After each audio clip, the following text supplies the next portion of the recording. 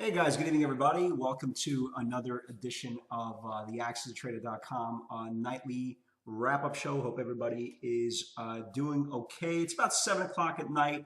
I'm actually recording this on two different platforms. One, I had a little bit of a problem the last several days when I recorded this to the iSpring platform because it takes like, and feels like for me it takes like an hour just to upload, and sometimes it has hiccups. So I'm actually going to record this simultaneously as I am right now on the Electa platform and the iSpring. Let's see which one is faster. Obviously, hopefully both of them will record, and I'll send it out as soon as this update is done. So let's talk about the market, right? Let's talk about the market technically, and then we will talk about today's day, which turned out to be very good. So let's talk about it, right? So let's talk about it. So here's, again, here is our, continuing trend line. Okay, here's our continuing trend line. And here it is right here. You can see it play as day.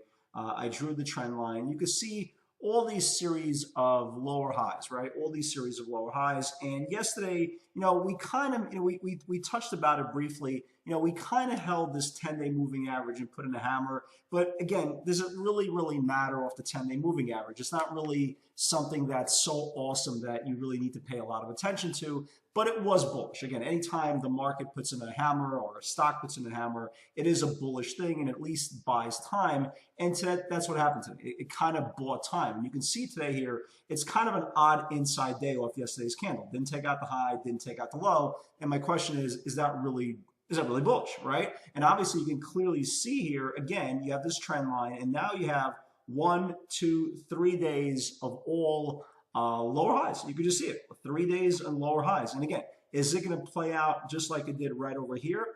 Probably it will. Okay, probably it will. Again, the market is not very, not very creative. Okay, what I mean by not very creative, it usually repeats itself over and over again. And I say this all the time. Charts don't lie, but they don't tell you the truth. Charts don't lie, but sometimes they don't tell you the truth either. You have to kind of interpret it and get, secondary signals and all these different things and all these different pieces of puzzles.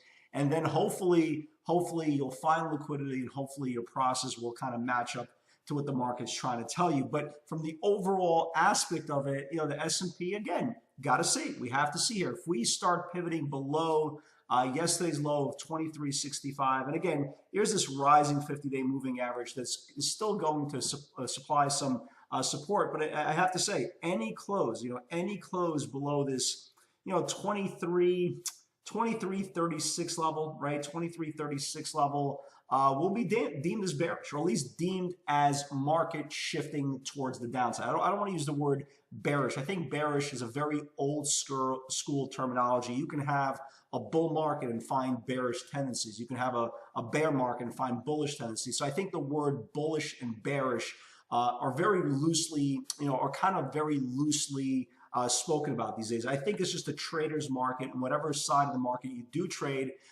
your goal is to find value. We'll talk about value there in a second. So until the market kind of clears out this little congestion here, and again, the upside pivot will be this 23.65 close. The downside pivot will be this at least the 23.40 area, to at least the pivot to the, back to the lows. We could test this 23.22 area. So we're kind of stuck in this congestion channel.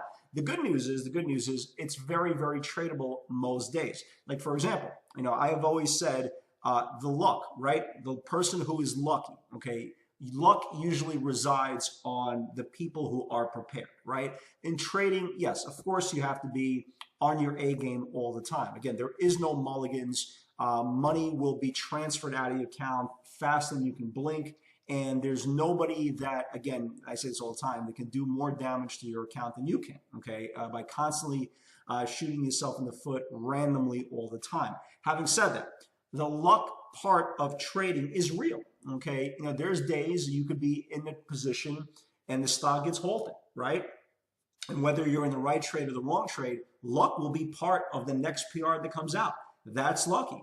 Luck also plays a part of, if you miss a trade and they give you an out, and you take that trade and the trade completely collapses or goes completely the opposite way of what you wanted the trade to do, that's called luck. But again, at the end of the day, it's all about preparation. You wouldn't have gotten into that trade in the beginning if you didn't believe it was a strong opinion to that side of the bias to that side. So luck does play an important part, right? However, if you are not prepared, okay, if you are not prepared, and again, the trader's biggest advantage is not when the market opens up, okay? It's not when the bell hits 9:30 Eastern time. Your biggest advantage is behind the scenes, the grunt work, the chart work, the back testing, the reading constant money flows, the reading organic order flow. You're watching everything.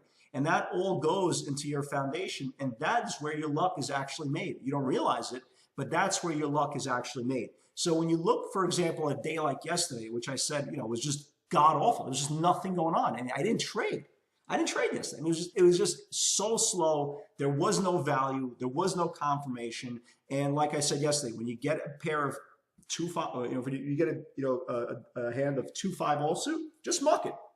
Muck it. There's nothing there for you, right? How can you go against Phil Ivey, Phil Hellmuth, the Grinder, and the Grind? How can you go against all these guys with a 2-5 offsuit? And when you have a 2-5 offsuit, and you're not getting anything highlighted in your specific process, you're going against them with pocket aces. Unfortunately, they have the pocket aces, and you have a 2-5 offsuit. So those days, like I got yesterday, was completely a non-event for me. I've always covered the fact that only trade premium hands, and when you are prepared and you will get a premium hand, the results kind of match up your preparation. Again, preparation, process equals profits, the 3 P's of trading. And that's exactly what happened today. Okay, that's exactly what happened today. First and foremost, there's only 2 stocks that triggered off the watch list, and both of them are pretty big. Both of them are pretty big. We talked about Ren last night, right? We talked about Ren last night. Off the $42 break. Yeah, look at the move. $2.50 move on Ren. Ren actually looks higher. Ren actually looks higher above today's high. Again, if you guys bought it today, if anybody's swinging the stock today, if this thing takes out 44.30, okay, if this thing 44.30 confirms the 50-day moving average, why can't this thing go to 47? So good job for those of you guys who traded Ren. Tesla, right? Tesla. We had 4 pivots on Tesla. Okay, 4 pivots on Tesla today. All 4 of them worked. Okay, 3 long, 1 short. I caught the short as well. That's right, damn it. Caught Tesla. Okay, caught Tesla. 4 separate pivots in the room. 3 long, 3 short. The first one obviously was the one that you had to pretty much give the biggest aggression. And we talked about this yesterday, the risk reward for the trade. We talked about this 299 pivot. And once it confirmed, you can see the move here. Here was also a very, very aggressive pivot right over here to the upside. I even tweeted about this 302.70 that you can tell where it went, almost 305. Here is the downside pivot that I took right over here off this 296.20 level, made about 60 cents on that side. And I knew it wasn't going to be a big trade. I knew it wasn't because of the rising support, and you can see how it broke apart. So Tesla was pretty good today. Tesla was pretty good today. I had to scream at certain people, you know who you are, Patterson, not to mention any names, to kind of take a $3 to $4 profit on this thing. Yes, damn it, take a $3 to $4 profit in. Now, all joking aside, but it was a very, very aggressive move. Very organic, and again, and people, and I say this all the time, and it sounds like I'm the Tesla defender. I'm really not. It's just. I don't get on this. I just still don't understand. And I tweeted about this. And, I think the car itself is gorgeous. The interior is gorgeous. I think the car, again, people try to compare it to a Ford or, a General Motors or a Honda. And again, it's a software company, masquerading as a car company. But the ramifications for hating something, and hate's a very ugly, strong word. There's so much hate in the stock. I just don't get it. Beautiful company. Great trading. I mean, great trading vehicle. Just again, a combination of speed and power, kind of the pun of the stock. So I don't get it, man. I root for the stock. I root for the company, and I hope they do things great. I mean, how can you go out and root against technology, root against progression? It's like all aspects of life. So, great stock. I mean, just a really, really great stock. Congratulations for all you guys who did do well in the trades today on Tesla. It was just really, really good. So good job there as well. Big shout out to James M. Great call. Really, really nice call on VRX. Beautiful move. Again, not everything needs to be 200% moves.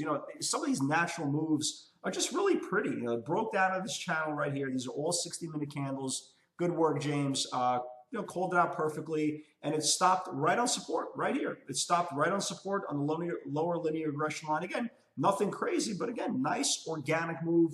So good job there. I also traded this IMMY. I mean, I caught the trade right here. I shorted it perfectly, and I covered it. My last little shares, I covered it within 9 cents of the lows. So yeah, I made about 25 cents on my last little piece, but whatever. The point of the trade was, unfortunately, it didn't have a lot of liquidity. So I shorted at 385. My last cover was at 60. There wasn't a lot of liquidity, and I could have added, I guess. You know, I looked at the stock and I said, man, I mean, you know, these bids are kind of thin. I mean, I hit whatever I could hit at that 385, but I said to myself, man, I can't add to this thing, because all it takes is one reload buyer toward the bottom, and I'm covering this thing over 4. So, you know, it was a decent trade. I mean, there's nothing wrong with it. I mean, it's still, you know, it still adds up at the end. So, nice 385 breakdown to the lows. But, you know, I guess, again, I wish there was a little bit more liquidity in the trade. I actually like it again for tomorrow. I just don't know if I'm going to participate in it tomorrow, unless, you know, really, really good aggressive selling comes into the stock and there's some bids to hit. We'll see. You know, we'll see what happens with that one as well. What else? BNTC. You know, BNTC. You know, congratulations for you guys who did catch the trade. Here was the pivot right here. You know, here was the pivot right here.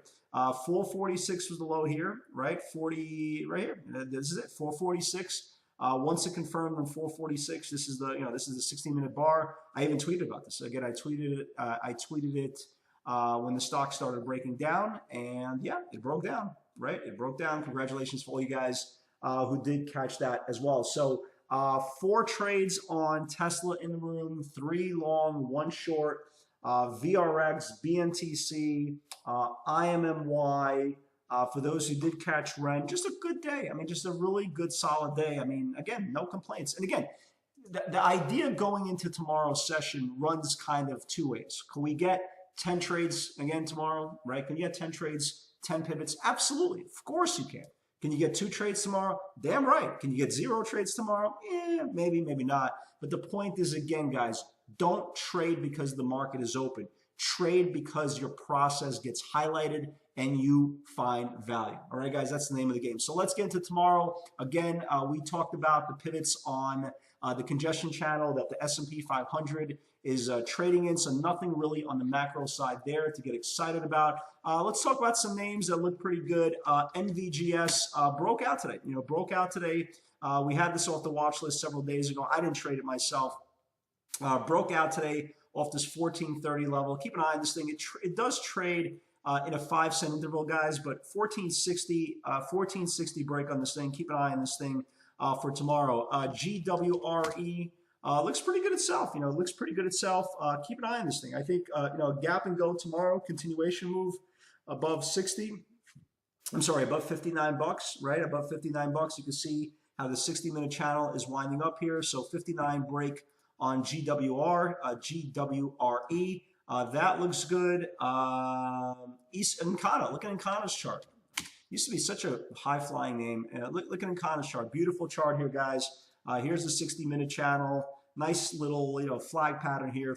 All it needs to do is kind of reclaim this 12 area, 12, 1202, 1205. This thing should be good if oil continues to spike up.